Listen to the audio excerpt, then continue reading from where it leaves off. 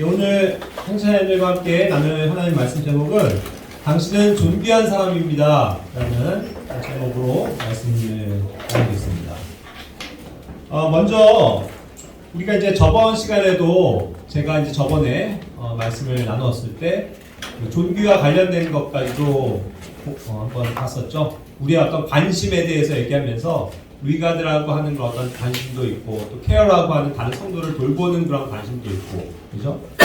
또 이제 어떤 경우에 있어서는 리스펙트라고 해서 뭔가를 좀 더 존중하는 그런 어떤 관심의 태도도 있고, 그 다음에 또 뭐가 있었죠? 레버런스라고 하는 조금 더 경외하는 마음으로 갖는 그런 관심들도 있었고, 최종적으로는 언어라는 단어가 있어서 그냥 어떠한 대상을 굉장히 존귀하게 여기는 그런 면에서의 관심의 태도를 또 우리가 한번 본 적이 있었습니다. 자, 이것과 관련해서 어쨌든 우리가 바로 이 언어라는 단어, 존귀라는 단어를 다시 한번 조금 집중해서 오늘 보게 될 텐데요. 먼저 존귀하신 분은 하나님이시라는 것을 우리는 당연히 잘 알고 있습니다. 제가 이제 또 역시 신약과 표준역 성경을 좀 비교해서 설명을 드려놨습니다. 그래서 시편 104편 1절 말씀을 보면 주 내 하나님은 심히 위대하시고 또 존귀와 위엄으로 옷 입으셨다라고 둘 다 번역하고 있죠. 언어 역시 존귀함입니다. 이 존귀라는 것 자체는 사실 하나님만이 원래 존귀하신 분이에요. 그렇죠? 우리는 사실 존귀할 수가 없는 것입니다. 우리는 그냥 벌레와 같고 누더기와 같고 더러운 그런 걸레와 같은 그런 사람들입니다. 오직 존귀하신 분은 하나님밖에 안 계시다라는 것을 먼저 우리는 인정해야만 하겠죠. 또 시편 145편 5절 말씀에서도 주의 위엄의 영광스러운 존귀를 노래하고 있습니다. 하나님의 존엄의 그 영광스러운 존귀, 그 영광에 속한 하나님의 존귀하심, 그것을 우리는 하나님에게 있다는 것을 인정하며 주님을 찬양합니다. 요한계시록 4장 11절에서도 우리의 어떠한 존재의 목적에 대해서 이와 같이 설명합니다. 오 주여, 주는 영광과 존귀와 권능을 받기에 합당하시다. 이와 같이 이야기하면서 우리를 창조하신 그 목적이 바로 우리가 주님을 기쁘게 하려고 존재하고 또 창조되었다는 것을 설명하고 있습니다. 그렇습니다. 주님이 영광이라는 것도 역시 하나님에게 속한 단어죠. 글로리는 우리에게는 사실은 영광은 없습니다. 그렇죠? 그리고 존귀, 하나님에게 속해 있는 것이고 또 그 파워라고 하는 힘 역시도 하나님에게 속한 사실은 고유한 속성입니다. 그것을 다 받으시는 분, 그분이 바로 하나님이시라는 것. 그리고 그러한 목적을 위해서 우리가 창조되어져 있다는 것을 이야기하는 거죠. 그러니까 우리는 원래는 하나님을 찬양하고 하나님의 존귀하심을 드러내고 하나님의 영광을 노래하는 그러한 존재들인 것입니다. 그러니까 원래 우리 인간이란 참 하찮은 존재이기 때문에 하나님 앞에, 그러한 하나님 앞에 나아갈 수 없는 그런 존재들인 것이죠. 하지만 하나님께서는 놀라운 사랑과 은혜 또 자비하심을 우리에게 나타내 보이셨습니다. 그래서 우리를 구원해 주셨고 하나님 자녀 삼아 주셨고 또 결국 그분에게 속한 그 모든 영광에 속한 속성들을 우리에게 주셨다라는 것을 우린 또한 알게 되고 믿게 되는 것이죠. 잠언 8장 18절은 말씀합니다. 재물과 명예가 내게 있나니 참으로 오래 지속되는 재물과 의가 내게 있도다. 그래서 여기서도 재물과 명예가 내게 있다라고 이제 표현을 하고 있는데, 자 여기서 이제 명예라고 하는 것이 아까 얘기한 그 언어라는 단어를 또 다르게 이제 번역을 한 것입니다. 존귀, 그냥 그렇게 보셔도 됩니다. 재물과 존귀를 우리에게 주셨다는 것이죠. 그런데 여기에서는 이제 내게 있다라고 하면서 이 잠언을 지금 기술하고 있는 그 기록자가 누구죠? 바로 솔로몬입니다. 솔로몬이 그런 것이 내게 있다라고 표현하는 것인데 사실 이것은 자기 화법으로 얘기하고 있지만 사실상 이 성경의 지금 잠언을 기록하고 계신 분 주체는 하나님이시라는 것을 우리는 분명히 알 수 있습니다. 주님이 바로 재물과 명예가 있으신, 그걸 가지고 계신 유일한 분이시라는 거죠. 그래서 이것은 예수님이 하시는 말씀과 동일한 것입니다. 그것을 화법이 솔로몬을 투영해서 그가 얘기하고 있을 뿐, 자신의 상태를 얘기하고 있을 뿐, 그에게 솔로몬에게 영원한 재물과 명예와 존귀와 뭐 영광이 그에게 있는 것이 아니지 않습니까? 그래서 이것은 분명히 하나님께서 스스로를 드러내시는 그런 구절이 맞습니다. 결국 하나님이 가지고 계신 그 주권, 존귀, 영광, 그런 모든 것들을 가지고 계신 분이 주님이시고 그것을 지금 솔로몬에게 투영시켜 주시고 계시다는 거예요. 결국 그것이 우리에게 하나님께서 허락하시는 한 우리에게도 있을 수 있다는 것을 이야기해 주는 겁니다. 결국 우리에게도 이러한 동일한 존귀하심을 허락하시는 분, 그분이 바로 주님이십니다. 또한 신명기 26장 19절 말씀인데요. 자, 여기서 보면 역시 찬양과 이름과 존귀에서 너를 높이 세우시고 하면서 이스라엘 백성을 하나님께서 특별한 백성이 되게 하시고 그들을 세워주시는 그러한 모습을 지금 이야기하고 있죠. 찬양, 그리고 그분의 이름, 또 그분이 가지고 계신 그 존귀, 그것을 가지고 라는 표현이에요. 그것을 가지고 그 이스라엘에게 그것을 주시고 높이 세우셨다라는 말씀인 것이죠. 그러한 찬사, 영예, 그러한 드높임을 우리에게 주셨다는 것입니다. 먼저 이게 이스라엘에게 주셨다는 얘기죠. 그것이 이제 우리에게도 또 물론 신약교회에게도 주시는 것과 동일합니다. 그러한 방식이. 하나님에게 있는 것을 그 자녀들에게, 백성들에게 하나님께서 허락하신다는 것. 그래서 이스라엘이 존귀한 백성이 되는 것입니다. 그런데 여기서 이제 존귀를 또 언어를 여기서 또 특별히 그 표준역에서는 영예라는 단어로 또 바꿔놨어요. 번역을 했습니다. 그래서 이제 제가 이제 이렇게 이런 존귀라는 단어를 표준역에선 뭐 훈정역도 여러 가지로 쓰지만 때로는 존귀, 또 때로는 명예, 또 때로는 뭐 명예. 그 다음에 이제 또 한 구절에서는 또 공경이라는 말로도 번역을 해놨더라고요. 그래서 이제 왜 그렇게 좀 여러 가지로 번역을 했는지 좀 질문을 드렸더니 또 다음과 같이 어쨌든 그 나름대로의 이 근거를 얘기를 했습니다. 그래서 이제 아무래도 그 명예라고 번역한 것은 사람들로부터 받는 어떤 존경을 의미할 때 명예라고 번역을 했고 또 보상으로 주어지는 어떠한 존귀를 영예라고 표현을 했고 또 지위나 신분이 높고 귀한 것에 대해서는 존귀로 번역을 하고 또 부모나 하나님께 적용할 때는 이제 공경이라는 말을 썼습니다. 그래서 이제 나름대로의 어떤 근거를 얘기를 하시더라고요. 자, 어쨌든 중요한 것은 뭐냐면 이 모든 단어가 언어라고 하는 존귀라는 단어입니다. 뭐 복잡하게 사실 여러 개로 생각할 필요는 없습니다. 사실 이런 거에 있어서는 그냥 한 가지 기계적인 번역을 한다고 해도 크게 이상한 게 아닙니다. 그렇죠? 왜냐하면 존귀라는 영역은 어쨌든 하나님이 가지고 계신 속성이고 그것을 우리에게 여러 방식들로 나타내 보이셨다는 것이 중요한 것이기 때문이죠. 그렇죠? 그래서 우리에게도 어쨌든 이러한 존귀를 허락하셨다라고 우리는 믿으면 되는 것입니다. 시편 149편 9절 말씀에서도 이런 존귀가 그분의 모든 성도에게 있도다라고 번역하고 있습니다. 이야기하고 있습니다. 자, 이번에 이 존귀가 그분의 모든 성도에게 있다. 성도들에게 있다.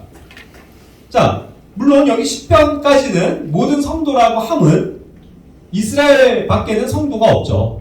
거룩한 무리로서 인정받는 사람들은 이스라엘 백성밖에 없습니다. 그 당시에. 하지만 이 10편은 역시 예언의 책이거든요. 그래서 이것이 복선적으로는 이중적으로는 모든 성도들 가운데 포함되는 우리 신약 성도들까지도 포함한 것입니다. 그러니까 그 말은 뭐예요? 하나님께서 그분의 존귀를 우리 모든 성도들에게, 우리 신약 교회 성도들에게도 주셨다. 그래서 우리에게 그 존귀함이 있다라는 것을 설명하고 있는 것입니다. 얼마나 감사한 일입니까? 존귀라는 그런 어떠한 하나님의 놀라운 속성을 우리 성도들에게도, 하찮은 우리 인간에게까지도 이것을 허락하셨다는 것입니다. 또 히브리서 5장 4절부터 5절까지의 말씀을 보면 이 존귀는 아무도 스스로 취하지 못한다. 오직 아론과 같이 하나님의 부르심을 받은 자라야 취할 수 있다라고 이야기하고 있어요. 자, 역시 표준역은 그래서 이 존귀를 어떠한 그 보상으로 주어지는 것이라고 받아들여서 영예라고 표현을 했습니다. 이 존귀는 우리가 스스로가 취할 수 있는 게 아닙니다. 사람들끼리 당신은 존귀하십니다라고 얘기해봤자 그 존귀는 아무 소용이 없는 거예요. 그렇죠? 우리가 아무리 우리를 의롭다 한들, 우리가 아무리 우리 자신을 선하다라고 높여준들, 그것이 하나님 앞에서 결코 의로울 수 있습니까? 그렇지 못하죠. 그래서 하나님이 인정해 주시는 것만이 존귀함이 될 수 있는 거예요. 그런데 이 존귀는 그러니까 아무도 스스로 취할 수 없지만 하나님의 부르심을 받은 자들에게 가능하다는 거죠. 놀랍지 않습니까? 여러분, 여기에서는 지금 히브리서는 히브리인들을 위한, 그래서 어떤 유대적 관점에 의해서 설명을 하는 거죠. 신약교회 성도들에게도 그것을 동일하게 말하는 겁니다. 아론이라는 어떤 특별한 대제사장을 지금 이야기하면서 그러한 사람이 하나님의 부르심을 입어서 존귀케 되어졌다라는 것을 설명하고 있는 거죠. 자, 그렇다면 지금 우리 신약 성도들은 어떠한 위치에 있습니까? 우리는 아론과 같은 제사장이 된 것이 맞습니까? 네. 아멘. 그렇죠. 우리는 왕가의 제사장들이 되었습니다. 하나님의 은혜로 말미암아. 그렇죠? 그런 놀라운 특권을 받았으니 우리가 존귀한 자가 아니면 무엇입니까? 우린 존귀한 자들이 되었다는 거예요. 우리 스스로가 취할 수 있는 영역이 아니지만 하나님이 구원과 함께 우리에게 선물로 주신 것들은 이와 같이 주님이 가지신 영광, 주님이 가지신 존귀, 주님이 가지신 힘, 그런 모든 것들을 우리에게 허락하신다는 것이죠. 그 권한을 우리가 받았다는 것입니다. 얼마나 놀라운 것입니까? 그것을 우리는 분명히 알 수 있는 거죠. 다시 한번 질문합니다. 그렇다면 현재 자녀님들, 우리는 존귀한 사람이 맞습니까? 정말 존귀합니까? 아니에요? 존귀합니다. 나 자신을 보면, 이 형편없는 내 옆에 있는 이 육신들을 보면 별로 존귀해 보이지 않을 수는 있지만 어떤 거예요? 속성상 우리가 하나님의 자녀가 되고 하나님의 왕가의 제사장이 된 자들로서, 정말 독특한 백성으로서 우리가 하나님 앞에 존귀한 자들이 되어 있다. 네? 네. 여러분, 우리는 존귀한 사람들이에요. 세상이 알아주는 존귀함은 없지만 우리는 당당하게 고백할 수 있는 것, 내가 하나님 앞에 존귀한 사람입니다. 자신을 스스로 그렇게 여기는 것입니다. 그렇기 때문에 성경에서는 우리를 이와 같이 표현하시는 것이 굉장히 많은 거예요. beloved, 이 단어, 사랑받는이라는 그렇게 표현으로 되어질 수 있는 단어를 하나님께서 우리에게 친히 그렇게 불러주신다는 거예요. 하나님께서 그의 사랑하는 아들 예수 그리스도를 뭐라고 인정하십니까? My beloved son. 나의 정말 사랑하는 아들, 그 아들을 보내주셨잖아요. 근데 그 독특한 그 표현을 하나님 입장에서 beloved라고 얘기하는 것을 우리에게도 허락하신다는 겁니다. 로마서 1장 7절 말씀. 바울은 로마에서 하나님께 사랑을 받고 성도로 부르심을 받은 모든 사람에게 편지한다 라고 했습니다. 하나님께 사랑을 받는 beloved. 우리 교회는 성도라고 하는 사람들은 하나님께 사랑받는다라는 표현을 받을 자격이 있다는 것입니다, 여러분. 얼마나 놀랍습니까? 로마서 9장 25절도 증거하세요. 그분께서 호세아, 이것이 이제 그 영어에서 보면 오세라고 이렇게 기록이 되어 있습니다. 그래서 표준역에서는 이걸 오세라고 실제로 발음까지도 정확하게 옮겨왔습니다. 결국 이것이 이제 헬라식 이름이기 때문에 그 구약에 있는 히브리식의 이름을 버리고 호세아라고 번역하는 이름을 버리고 오세라고 이제 번역을 한 것이죠. 거기서도 나오는데 내 백성이 아니었던 그 사람들을 내 백성으로 부르고, 그렇죠? 사랑받지 못하던 그녀를 사랑받는 자라고 부르리라. 우리는 전혀 하나님에게 사랑을 받을 수 없는 그러한 이방 민족이었습니다. 더러운 개처럼 여겨지는 그러한 사람들이었지만, 그러나 하나님께서 우리를 사랑하는 자다라고 불러주신다는 거죠. 여기서도 beloved 이렇게 쓰여져 있는 겁니다. 그러니까 성경에는, 이 신약 성경에 이 beloved라고 하는 단어가 굉장히 많은 그러한 표현들이 되어져 있는 것을 우리는 확인할 수 있습니다. 대표적인 것만 한 구절씩만 적어놔요. 로마서 12장 19절에서는 dearly beloved 이렇게 표현했어요. 이것은 이제 극진히 사랑하는 이라고 표현도 했고, 또 표준역에서는 진심 어린 사랑을 받는 이라고 했습니다. 여러분, 우리 성도들이 서로 간에도 극진히 사랑받는 존재들이라는 것이죠. 정말 나의 진심 어린 사랑을 다해서 대하는 그러한 존귀한 자들이라는 표현입니다. 로마서 16장 5절에서도 well beloved라고 했죠. 매우 사랑하는, 크게 사랑받는 이라는 뜻입니다. 그러한 존재들이 우리가 되었다는 것이죠. 고린도전서 4장 14절에서도 my beloved son, 나의 사랑하는 자들. 그렇죠? 이것인데 이것이 결국 하나님께서 예수님에 대해서 지칭하셨던 그 표현 그대로가 이제 우리 성도들에게도 쓰여지고 있다는 것이죠. 나의 사랑하는 아들. 바울의 입장에서 다른 그가 정말 아들처럼 여기는 사람들에 대한 표현인데 동일한 표현이라는 거예요. 그래서 우리는 이런 어떤 문구가 정확하게 어떻게 대입되어져 있는지를 통해서 그 정확한 맥락을 이해할 수 있는 겁니다. 여러분. 하나님이 예수님에 대해서 나의 사랑하는 아들이라고 표현하신 그 표현이 우리 어떠한 성도가 다른 성도들에 대해서도 나의 사랑하는 아들이라고 부를 수 있는 그 특권이 동일하게 설명되어지고 있다는 것이죠. 그것이 바로 성도들입니다. 성도들이에요. 고린도전서 4장 17절에서도 My beloved son 해서 나의 사랑받는 아들, 누구 특정한 사람, 디모데라든가 디도를 지칭하기도 하지만 결국 이것은 모든 성도들에게 지금 다 적용되어지고 있는 그러한 독특한 표현인 것입니다. 그래서 고린도전서 15장 58절에서도 우리 성도들에 대해서 뭐라고 얘기합니까? 형제들에 대해서 My beloved brethren, 나의 사랑받는 형제들, 이렇게 표현하는 거예요. 나의 사랑하는 형제들. 물론 이것은 이제 자매를 다 포함한 단어죠.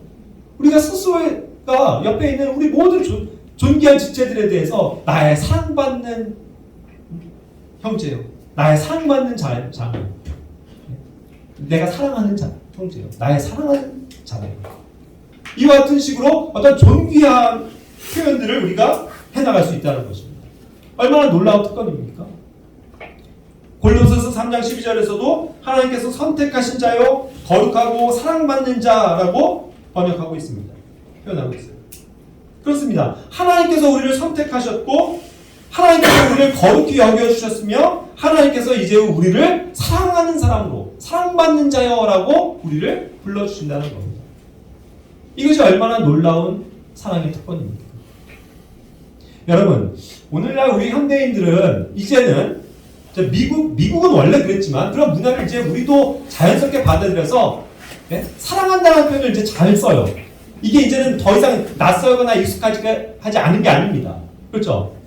우리 같은 나이 든 사람들이 이런 말은 좀 뻘쭘해 하는 그런 게 이제 더 이상 아니에요. 사랑하는 이런 표현들. 누군가를 내가 사랑한다는 표현이 얼마나 좋은 겁니까? 제가 그 탈북민들 선교하면서 탈북민들을 이제 많이 이렇게 그들의 간증을 듣고 할 때에 그들이 이구동성으로 하는 이 주님 안에 들어온 탈북민들 내 얘기를 들어보면요, 자기들이 이 남한에서 특히 이제 주님을 어쨌든 믿고 구원받고 또 교회 안에 있으면서 받는 놀라운 문화 충격 중에 하나는 뭐냐면 그들이 고백하는 거예요. 사랑한다라는 이 표현입니다. 사랑한다. 자기네들은 사랑한다라는 표현을 들어본 적이 없대요. 평생 살면서 늘 매복고 굶주리고 그저 친애하는 김정일, 친애하는 김일성, 이런 건 있었어도 내가 누군가를 사랑한다라는 이 표현은 너무 그게 생소하다는 거예요. 근데 이렇게 주님을 알고 교회 안에 오고 와보니까 그냥 다들 사랑한다 하나님이 나를 사랑하신다는 이 표현을 보면서 굉장히 감개무량해하고 너무 가슴 벅차하면서 이것을 놀라워하는 거예요. 제가 이와 같은 간증도 들은 적이 있습니다. 혹시 형제자매들 가운데 김용의 선교사라는 분을 아십니까? 김용의 선교사. 이분은 지금 대한민국에서 굉장히 이렇게 순회 전도자로서 굉장히 열심히 활동을 하는 굉장히 복음이 분명한 분이에요. 아주 정말 영향력 있는 복음 전도자 중에 하나인데 그분이 이제 하시는 간증 중에 저도 굉장히 이렇게 인상 깊게 들었던 게 뭐냐면 그분이 굉장히 부유한 환경에서 자랐어요. 어릴 때는. 그런데 이제 집안이 완전 쫄딱 망해갖고 완전 알거지로 비참하게 살았었던 그런 청소년 시절을 보냈습니다. 그런데 그가 왜 부자로 살았냐면 그 아버지가 저기 충청도 어디라고 그런 것 같은데 엄청난 건달 출신이에요. 그러면서 뭐 수많은 술집을 운영하는 사람이어서 그의 집은 또 주변은 맨날 술 팔고 술 먹고 예? 그런 여자들이 즐비하고 맨날 사람들 싸우고 욕하고 무시하고 뺏고 도박하고 막 이러는 틈에서만 자랐다는 거예요. 그래서 자기는 항상 살아오면서 들어왔던 익숙한 단어가 맨날 쌍욕이라는 거예요. 맨날 쌍욕만 듣고 그렇게 살다가 부자로 살다가 완전 쫄딱 망해갖고 아무도 거들떠 보지도 않는 그런 알거지 같은 신세로 살아가는 비참한 청년이었다는 거예요. 그런 자신이 교회를 가서 예수 그리스도를 만난 거예요. 그래서 그 교회 안에서 이제 주님의 사랑에 눈뜨고 감격하고 있을 때 그가 역시 또 받은 문화 충격은 뭐였냐면 교회를 가니까 많은 사람들이 자기를 사랑하는 형제, 하나님께서도 나를 사랑한다라고 표현하신다는 게 너무나도 감격스러워서 맨날 펑펑 울었다는 거예요. 야, 나 같은 비참한 인생에 나를 사랑해 주시는 분이 있단 말이야. 자기는 한 번도 그런 사랑한다라는 표현을 부모로부터도 가족들로부터도 들어본 적이 없다는 거예요. 맨날 듣는 욕만. 그래서 그의 입에는 맨날 욕밖에는 안 하고 살았던 그의 인생에 하나님께서 자신을 사랑하신다는 표현. 교회 성도들이 와서 자신을 사랑한다라고 하는 표현. 거기에 너무나도 감격해하면서 눈물을 흘리면서 아직까지도 그 고백들을 많이 간증하고 계시다. 그렇습니다. 내가 누군가에게 사랑받는다는 거, 내가 사랑받을 자격이 있다는 거, 얼마나 놀라운 겁니까? 원래 그렇지 못한 존재입니다. 그렇죠? 이분들이 탈북민들이나 김영희 선교사가 경험했던 게 사실 맞아요. 그게 인생의 원리입니다. 우리는 전혀 존귀하지도 못하고 사랑받을 자격이 없는 자들이에요. 다 죽어서 지옥 갈 수밖에 없는 비참한 죄인들입니다. 그렇죠? 그런데 그런 나를 사랑한다. 너는 사랑받을 사람이다. 라고 이야기해 주니 그것이 얼마나 큰 은혜고 놀라운 사랑의 변화였습니다. 그것을 얘기하는 거죠. 이와 같이 우리의 인생을 사랑받는 존재로 존귀한 하나의 존재로 바꿔주신 분이 주님이시라는 겁니다. 자, 그렇기 때문에 우리는 이 존귀에 있어서 우리가 스스로가 하나님 앞에 존귀한 사람이 되었다는 것에 대한 어떤 자부감, 어떤 자존감을 가지고 있어야 된다는 것이죠. 그런 생각이 듭니다. 물론 이제 우리가 자부심을 얘기하고 자존감을 얘기한다고 하더라도요, 일반적으로 이것이 영어에서는 그런 것을 다 포함하는 내용이 단어가 프라이드예요. 프라이드. 그런데 우리 인간은 프라이드, 내가 나에 대해서도 프라이드를 가져라고 얘기하지만 이 프라이드라는 단어는 성경의 전체에 45구절이 나오는데 다 하나같이 부정적인 말입니다. 사람의 교만을 얘기할 때 프라이드예요. 그래서 모든 프라이드는 다 됩니다. 그것은 확실해요. 내가 나 자신을 높이고 나 자신에 대한 프라이드를 가질 필요가 없습니다. 분명히. 그런데 제가 지금 얘기하고 있는 것은 하나의 측면에서 주님이 우리를 이와 같이 존귀한 자로 여겨주실 때는 우리가 그거에 있어서는 우리 말로 어떤 자부심을 가져야 되지 않겠냐. 긍정적인 영역에서의 교만이 아닌 자부심, 하나님 자녀됨에 대한 자부심, 내가 하나님의 백성이 되었다는 자부심, 그 자존심, 그거 하나 가지고 살아야죠. 우리 뭐 볼 게 있어요, 솔직히. 뭐 볼 게 있습니까? 세상에서 떵떵거리면서 우리가 알아주는 사람이에요? 다른 사람, 세상에서는 못 그래요. 하지만 내가 하나님 앞에 당당하게 나서면서 나 자신을, 정체성을 분명하게 드러낼 수 있는 확실한 거. 자존심, 자부심. 내가 하나님 자녀다. 나는 하나님으로부터 사랑받는 자다. 나는 하나님으로부터 존귀한 자가 되었다. 이거 가지고 살아야 되는 건 아닙니까? 그래야 우리 인생이 화려한 길을 갈 수 있어요. 이 세상에서. 그렇지 않습니까? 여전히 그냥 쪼그리고 그냥 움츠려들어서 사람들 앞에서 기죽어서 저는 예수님 믿는 사람입니다.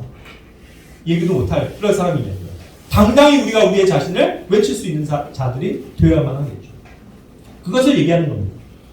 49편 20절에 보면 존귀한 가운데 거하면서도 깨닫지 못하는 사람은 멸망하는 짐승과 같다. 이와 같이 경고하고 계시거든요. 하나님이 우리를 존귀하게 하셨잖아요. 하나님의 존귀하신 우리에게 주셨는데도 우리는 여전히 나는 그걸 깨닫지 못해. 난 그냥 형편없는 인생이야. 나 같은 인생이 뭐 나까짓 게 뭐 하면서 자신감 없이 살아가면서 하나님 자녀된 그 특권을 멸시하고 산다면 그게 바로 에서와 같은 삶 아니에요? 하나님이 주신 그 놀라운 특권을 깨닫지도 못한 채 치워버린 채 그냥 나는 그냥 내 인생은 왜 이렇게 피곤해 그러면서 살아가겠냐는 거죠. 누가복음 16장 15절 말씀에서 이제 그 본격적으로 자존감이라고 하는 것이 이제 실제로 이게 성경에 있는 단어는 아닙니다. self-esteem이라고 하는 건데 이것이 이제 오늘날 많이 쓰여지는 단어가 됐기 때문에 제가 설명을 드린 거예요. 자존감을 얘기할 때 self-esteem이라는 말을 영어에서도 쓰더라고요. 근데 그것이 한 70년대부터 시작된 어떤 정신과, 정신과 쪽에서의 의학적인 용어에서 출발한대요.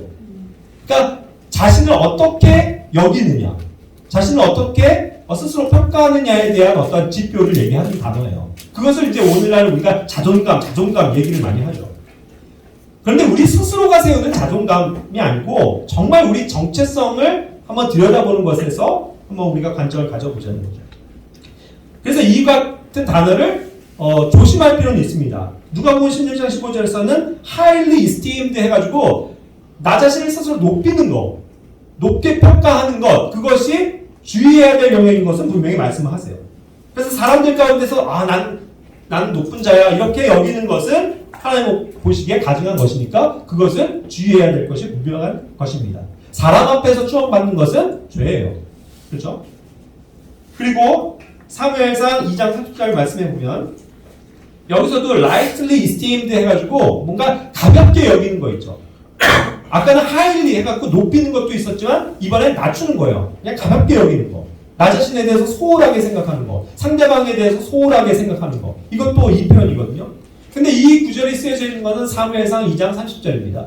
저번에도 제가 설명드린 것처럼 우리가 하나님을 존귀하게 여기면 하나님도 우리를 존귀하게 여겨주실 거고 우리가 하나님에 대해서 소홀하면 하나님도 우리에 대해서 소홀히 여기실 거다 했을 때 lightly esteemed 낮게 평가하실 거라는 거예요.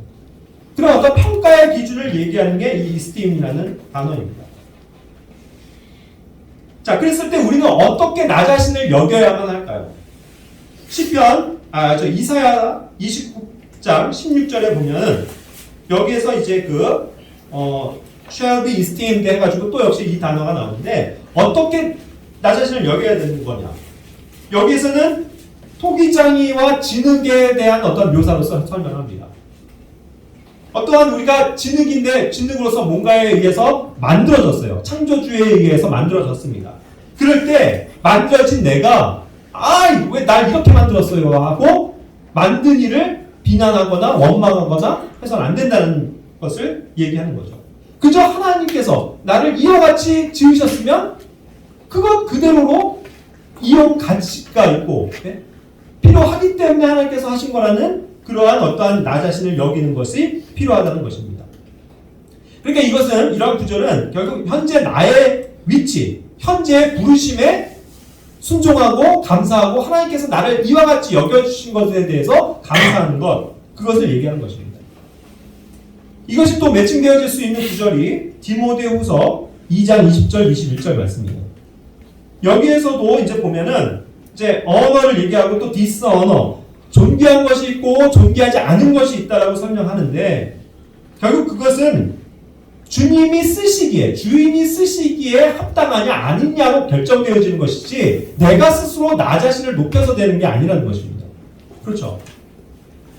우리가 분명히 하나님 앞에 존귀한 자가 되었다고 얘기했습니다. 그런데 그 존귀함이라는 건 각자의 부르심과 은사에 따라서 다 다르게 나타난다는 거예요.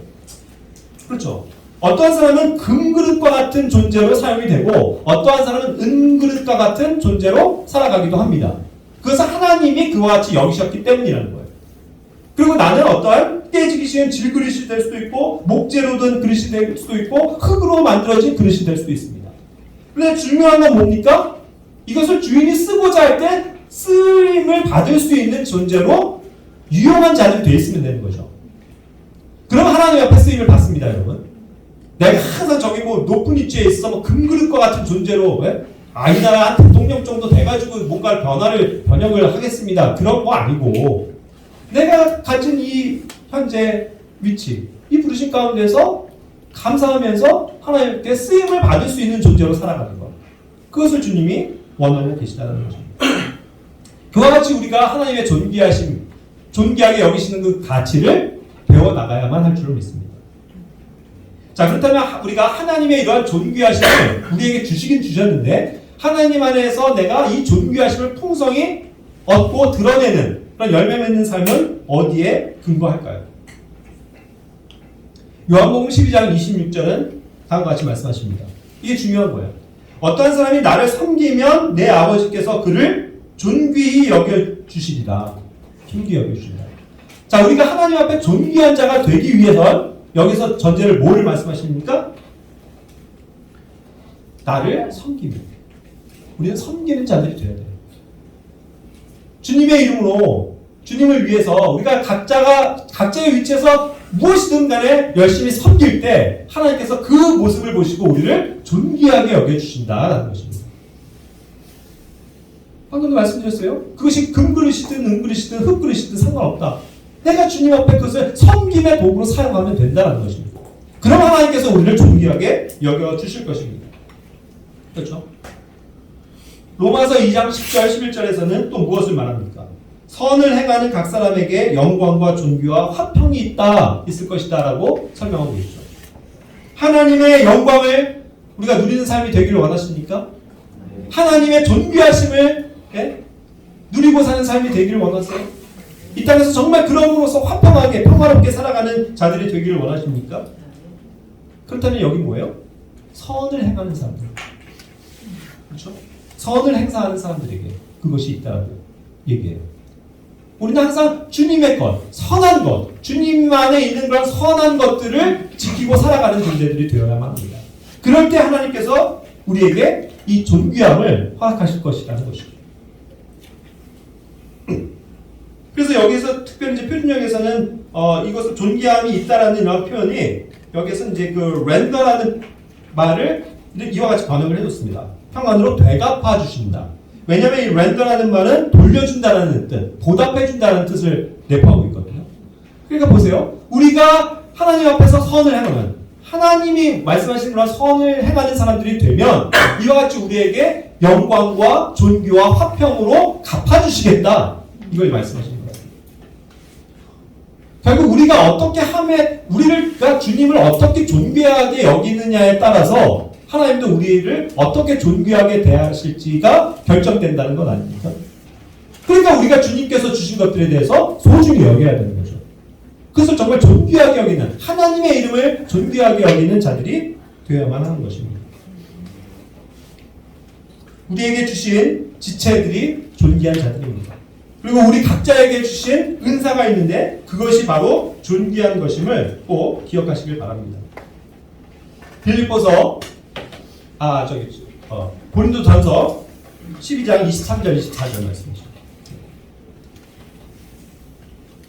이것이 그것을 설명해 주는 겁니다. 우리 옆에 있는 지체, 나에게 주어진 은사.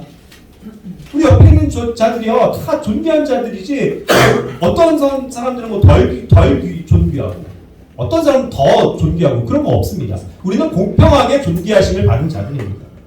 그러니까 우리가 다 같이 서로를 존귀하게 여겨주고 내가 받은 그 존귀한 은사들을 풍성하게 섬기면서 사는 삶이 될 때 우리 교회는 항상 풍성한 것들을 그 존귀함의 풍성한 것들을 얻게 될 것이라는 것입니다.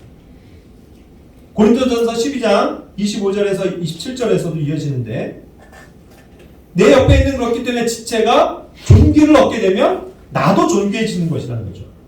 그 원리입니다. 내 옆에 있는 형제가 잘 되면 내가 잘 되는 거예요. 내 옆에 있는 자매가 정말 존귀한 자로서 드러나게 된다면 그것이 나에게도 존귀함이 된다는 것입니다. 그러한 어떠한 상호간에 함께 묶여서 적용되어지고 있는 이 존귀함을 우리가 소중하게 간직해야 되지 않을까요? 그렇기 때문에 주님 안에서 나를 먼저 존귀히 여기는 것, 그리고 다른 지체들을 존귀히 여기는 그러한 마음들이 항상 우리에게 있어야만 하는 것입니다. 로마서 11장 13절에서도 바울은 자기가 이제 이방인의 사도로서의 직무를 받았잖아요. 그 직무, 받은 바의 직무, 받은 바의 은사, 교사와 복음 전도자로서의 그런 또 은사도 있죠. 그것을 소중히 여기고 존귀하게 여겼다는 것입니다. 이걸 이제 존귀하게 여겼다는 것을 이제는 또 magnify라는 말을 또 흥정에서 번역했거든요. 그런 것을 드높인다는 표현이죠. magnify. 우리에게 주신 그 직무, 우리에게 주신 은사, 이것을 정말 드높이는, 그것을 감사히 여기고 소중하게 사용할 수 있는 그런 우리 성도들이 되어야만 하지 않을까요? 다른 지체들에 대해서도 그러한 겁니다. 다른 성도들이 가진 그 은사, 그 위치의 존귀함, 그것을 인정해주고 서로를 높여주는 것. 그런 것들이 필요하다는 것이죠. 그래서 이런 것들은 굉장히 우리에게 구체적인 실천 방안을 신약교회에서 굉장히 많이 말하고 있습니다. 빌립보서 2장 3절 같은 데서는 역시 여기도 이제 이스팀이라는 단어가 쓰여졌는데요. 여기서 어떻게 여겨야 된다는 것을 얘기하냐면 자기를 높이지 말고 각각 자기보다 남을 더 어떻게 해요? 낮게 여겨줘라. 다른 사람들도 존대해줘라. 이와 같은 표현입니다. 다른 사람들을 높여주라는 거죠. 우리는 내 옆에 있는 지체들, 성도들 다 존귀한 자들이라고 했는데 정말 존귀하게 대우하고 계십니까? 아니면 함부로 대하고 계세요? 나이 어리다고 야! 너 저거 갖고 와. 뭐 이런 식으로 명령이나 하고 있고 야, 너 그것도 못하니? 야, 너는 안 돼. 뭐 맨날 그런 식으로 막 핀잔만 줄 거예요? 아니에요. 우리가 다른 사람들에 대해서 성도들에 대해서 존대하고 존귀히 여겨주고 낮게 여겨준다는 것은 실제로 뭐예요? 나보다 당신이 낫습니다. 나보다 네가 훌륭해. 이 자세를 가지라는 거죠. 근데 우리는 실제로 그게 잘 안 돼요. 아니, 저 사람보다 사실 내가 낫지. 항상 이 생각을 가지고 있습니다. 그러니 변화가 없죠. 별거 아니에요. 나보다 남을 더 낮게 여겨줘라. 실제로는 아닐지라도 그렇게 여겨줘야만 그 사람이 실제로 높아진다는 거예요. 그 사람을 높여줘야 하나님께서 기뻐하시는 겁니다. 내가 낮아질 때 하나님께서 기뻐하신다는 거예요. 그 원리를 꼭 기억하셔야만 합니다. 이것은 교회 생활하면서 너무나도 중요한 거거든요. 근데 그거를 많이 간과해요. 데살로니가전서 5장 13절에서도 이야기합니다. 역시 여기서도 이스팀인데 뭐예요? Them very highly. 그들을 내가 높여줘라. 존대해줘라. 아주 귀중히 여겨줘라. 우리가 다른 사람들을, 다른 지체들을 섬겨주고 세워주고 높여주는 그러한 존재들입니까? 아니면 다른 성도들을 깎아내리고 비하하고 핀잔만 주는 그러한 지체들입니까? 여러분, 우리가 이런 면에서도 항상 주의를 기울여야 돼요. 불쑥 뭔가 불만족스러운 걸 봤더라도 하고 입이 먼저 나가기 전에 그를 존귀하게 여겨주시기 바랍니다. 존귀하게 대한다면 그에게 이렇게 사람 앞에서 핀잔을 주거나 혹시 아니면 또 이렇게 막 깎아내리거나 하지 않게 되겠죠. 오히려 그 사람을 세워주는 거, 칭찬해주는 거, 그러면서 조용하게 사랑의 권면을 해주는 거. 이렇게 될 때 나는 다른 사람들을 어떻게 되는 거예요? 존귀히 여겨줄 수 있다는 거죠. 이게 필요합니다. 여러분, 이게 이제 결국 이스팀이 아까도 셀프 이스팀이라는 게 자존감과 연관된다고 그랬는데요. 많이들 이제 자존감이라는 말 쓰니까 저도 얘기하는데 오늘날 많은 형태에 있어서요, 자식들, 내 자식을 내가 존귀히 여겨주면 밖에서도 그게 드러난다는 거죠. 무슨 말입니까? 내 자식을 밖에 나가는데 뭔가 잘못했어요. 야, 이놈 새끼야! 하면서 막 머리통 막 때리면서 막 욕을 하고 사람들 앞에서 그랬다고 쳐봐요. 그러면 어떻게 된다고요? 자녀가 굉장히 기가 죽고 창피하고 뭐예요? 자존감이 확 낮아진다고 그러죠. 맨날 뭐 사람들 앞에서도 막 맨날 혼만 나니까. 그렇잖아요. 그런데 어떠한 자녀들은, 고귀한 자녀들은 부모가 자녀들을 고귀하게 대접해 주는 겁니다. 잘못을 했다고 하더라도 그걸 갚아주고 감싸주고, 물론 혼낼 거야. 나는 혼내지만 사람들 앞에서 그렇게 막 기죽이면서 막 핀잔을 주거나 하지 않지 않습니까? 그럴 때 아이들이 자존감이 높아진다는 거예요.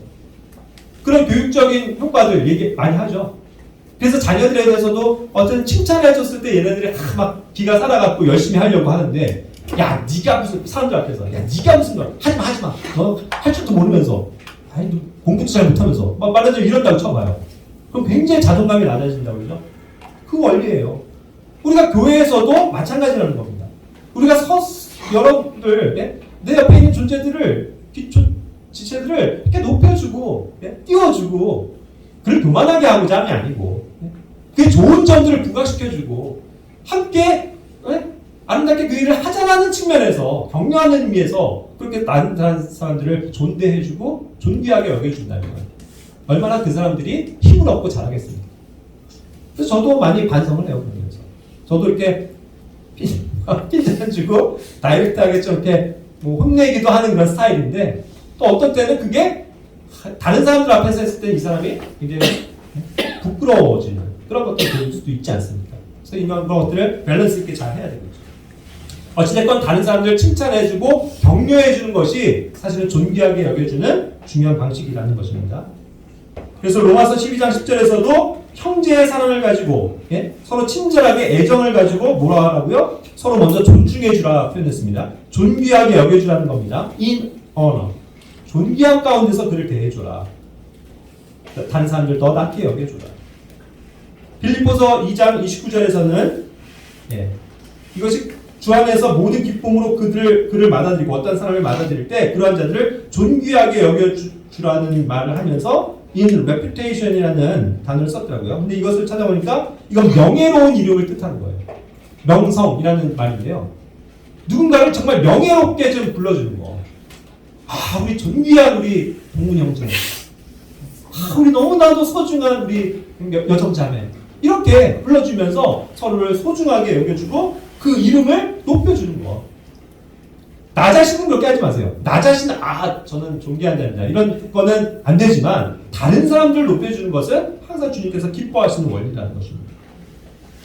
베드로전서 2장 17절 말씀에서도 모든 사람을 존경하며 형제들을 사랑하라고 말씀하고 계시고 또 하나님을 두려워하는 마음으로 우리 국가 위정자, 왕을 위해서도 존경하는 마음을 가져야 됩니다. 공경해라. 역시 이것도 언어입니다. 존귀하게 여겨줘야 될 대상에 있다는 것이죠. 이것이 다 적용이 돼야 된다는 것입니다. 우리의 삶에. 여러분들이 일하는 일터에서 여러분들의 주인된 자들, 사장님, 이런 사람들을 존귀하게 여겨줘야 되는 것이 우리의 역할이고요. 그 안에서 말씀을 가르치는 자에게도 존귀하게 여겨주는 태도가 필요합니다. 요즘은 맨날 이렇게 길게 설교하세요. 뭐라고 그러지 마시고 존귀하게 여겨주고 저 형님이 얼마나 할 말이 많으면 우리에게 얼마나 가르쳐주고 싶은 게 정말 많으면 저렇게 길게 하실까. 이런 좋은 마음으로 여겨주라는 것이죠. 교회를 감독하는 자들이 되겠죠.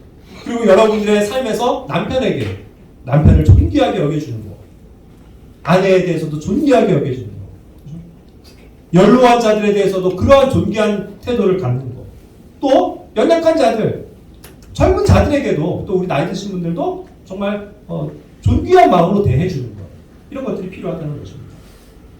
마지막으로 그렇게 해서 이제 이 존귀와 관련돼서 이 궁극적인 언어라고 하는 이 존귀를 우리가 받게 될 순간은요. 이것을 교회 안에서도 누리게는 하시지만 궁극적으로 받게 될 것은 언제입니까? 우리 주님이 나타나실 때죠. 베드로전서 1장 7절.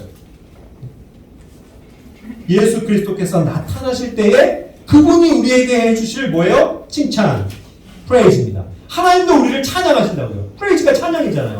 하나님이 우리를 찬양해 주신다니까요. 동일한 단어예요. 우리를 존귀하게 여겨주신다니까요.